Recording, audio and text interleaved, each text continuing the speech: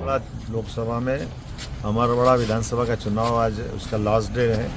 मैं स्वयं वहाँ जा रहा हूँ और मुझे इस बात का संतोष है कि जिस प्रकार से जनता रिस्पांस कर रही, कमलेश शाह जी एक बार फिर वहाँ के हमारे प्रत्याशी भी हैं और जिस प्रकार की जनता का रुझान दिख रहा है, निश्चित रूप से वो विजय प्राप्त करने वाले हैं। और हम तो इस बात के लिए इंतज़ार कर रहे हैं, एक बार छिंदवाड़ा लोकसभा में अमरवाड़ा जीत के आए कि सरकार कुछ और बनाने के लिए विचार कर रही है।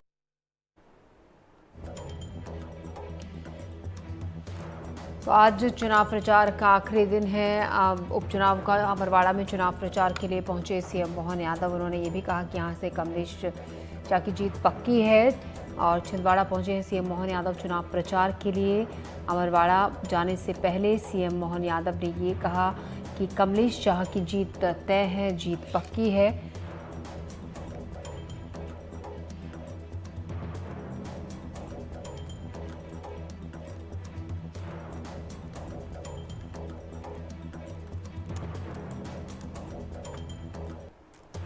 इस वक्त की बड़ी खबर। तो अमरवाड़ा में आज थम जाएगा चुनावी शोरगुल। 10 जुलाई को मतदान यहां पर होना है। बीजेपी की कमलेश शाह और कांग्रेस के धीरेन्द्र शाह के बीच में यहां पर मुकाबला है। जोर शोर से दोनों ही पार्टियां चुनाव प्रचार में जुटी हुई हैं। कमलेश शाह के लिए मुख्यमंत्री मोहन यादव चुनाव प्रचार के लिए पहुंचे और उन्होंने कहा कि जीत पक्की है। जिस तरीके से आज जोर शोर से चुनाव प्रचार किया जा रहा है। शाश्वत हमारे संवाददाता इस खबर पर हमारे साथ ज्यादा जानकारी के साथ जुड़ रहे हैं। शाश्वत, बीजेपी और कांग्रेस दोनों ही पार्टियां जोर शोर से चुनाव प्रचार प्रसार कर रही हैं। मोहन यादव ने यह भी कहा आज कि कमलेश शाह की जीत पक्की है। फिलहाल किस तरीके का माहौल वहां पर नजर आ रहा है? देखिए ज्योति, आज चुनाव प्रचार का आखिरी दिन है। आज शाम को 5 बजे चुनाव प्रचार रुक जाएगा, इसलिए दोनों पार्टियां कोई कसर नहीं छोड़ना चाहती। खासतौर पर मुख्यमंत्री मोहन यादव ने एक प्रतिष्ठा का प्रश्न खासतौर पर अमरवाड़ा की सीट को बनाया। आप देखिए कम से कम उनका चौथा या पांचवा दौरा तकरीबन 10 से 12 दिन के अंदर ये वाला है, क्योंकि आज चुनाव प्रचार का आखिरी दिन है। आज कैबिनेट शपथ भी था, तो आप देखें कि उन्होंने शपथ दिलवा के तुरंत जो छिंदवाड़ा का दौरा किया, तो आज दिन भर उनका छिंदवाड़ा में कार्यक्रम है। आज सबसे पहले बटका खापा, जो कि अमरवाड़ा का एक ब्लॉक है, जो कि छिंदवाड़ा से तकरीबन 80 किलोमीटर दूर है, तो एक रिहायशी एरिया को भी मुख्यमंत्री हाथ से नहीं जाने देना चाहते। और तो आज उनका बटका खापा में एक रैली है। फिर उनकी अमरवाड़ा का जो गृह क्षेत्र है, जो अमरवाड़ा का नगर क्षेत्र है, वहां पे भी एक रैली है। तो मुख्यमंत्री मोहन यादव को अगर आप देखें कि हर 1 से 2 दिन में मुख्यमंत्री मोहन यादव अमरवाड़ा का दौरा कर रहे हैं। आप देखिए पिछले बार जब दौरा हुआ था मुख्यमंत्री मोहन यादव का, तो नाइट हॉल्ट भी अमरवाड़ा में मुख्यमंत्री मोहन यादव ने किया था। तो कहीं ना कहीं मतदाताओं को ये संदेश देना चाहते हैं कि हम कहीं से कहीं तक जो है अमरवाड़ा को हल्के में नहीं ले रहे हैं। और आप देखिए कि कांग्रेस पे भी इसका कहीं ना कहीं देखिए दबाव काफी बना कि जीतू पटवारी ने काफी प्रचार किया, कमलनाथ और नकुलनाथ ने भी काफी, खासतौर पर कमलनाथ की अगर बात करें तो कमलनाथ पहले चुनाव प्रचार से दूर थे, लेकिन अब कमलनाथ ने भी 3 दिन अमरवाड़ा में प्रचार किया। और देखें कि जो चुनावी लड़ाई अमरवाड़ा की काफी दिलचस्प है। जो कि आप देखेंगे कि क्योंकि कमलेश शाह कांग्रेस से आए हुए नेता है, और कहीं ना कहीं कांग्रेस ने जो दांव खेला है वो कहीं ना कहीं आस्था का कार्ड खेला है। उस इलाके में अगर आप देखें जो आंचल कुंड है, जो उनके सेवादार, उनके जो उनसे जुड़े हुए व्यक्ति को कांग्रेस ने टिकट दिया, तो कहीं ना कहीं लोगों में बड़ी आस्था है धीरेन्द्र शाह नाती को लेकर, क्योंकि एक पवित्र धाम से वो जुड़े हुए हैं। और आदिवासियों का ये पवित्र केंद्र लगभग 200 साल से मशहूर है।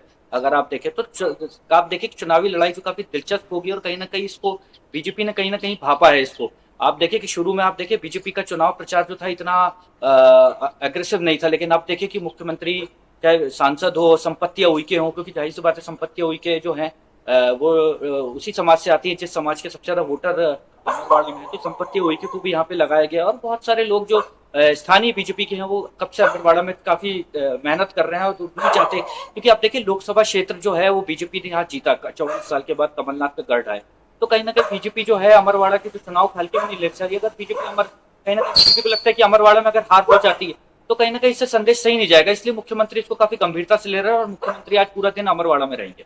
जी जो बिल्कुल। तो छिंदवाड़ा के बाद अब अमरवाड़ा को पर पूरी नजर बीजेपी की है। इसी के मद्देनजर शाश्वत, जिस तरीके से आप बता रहे हैं कि जो रफ्तार पहले नहीं थी वो रफ्तार अब बहुत ज्यादा बढ़ गई है, और उसी क्रम का शायद हिस्सा है कि शुक्रवार को यहाँ पर मुख्यमंत्री पहुंचे थे, तब इतनी सारी योजनाओं का जो ऐलान किया था, करोड़ों की सौगात क्षेत्र को दी थी, और वहीं कांग्रेस भी पीछे नहीं हटती नजर आ रही, वो भी पूरे जोर आजमाइश लगी हुई है सीट पर कब्जा जमाने के लिए।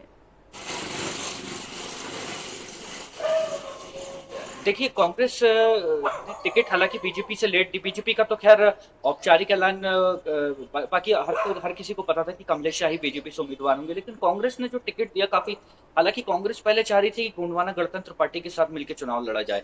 हालांकि गोंडवाना गणतंत्र पार्टी जो कि तीसरी सबसे बड़ी ताकत है अमरवाड़ा में, आप देखिए अमरवाड़ा की जब भी लड़ाई होती है तो लड़ाई त्रिकोणीय होती है, लड़ाई द्विपक्षीय नहीं होती।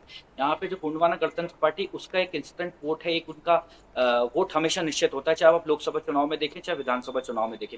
आप लोकसभा चुनाव में देखें जो गोंडवाना गणतंत्र पार्टी से विधानसभा उम्मीदवार है, उन्होंने जब लोकसभा चुनाव लड़ा तो कहीं ना कहीं देखिए उनके 55,000 वोट थे। तो 55,000 वोट एक छिंदवाड़ा जैसी लोकसभा क्षेत्र में 55,000 वोट लेना कोई आम बात होती नहीं है। तो कहीं ना कहीं देवराव भलावी का भी कहीं ना कहीं एक सपोर्टर बेस अमरवाड़ा में तो है।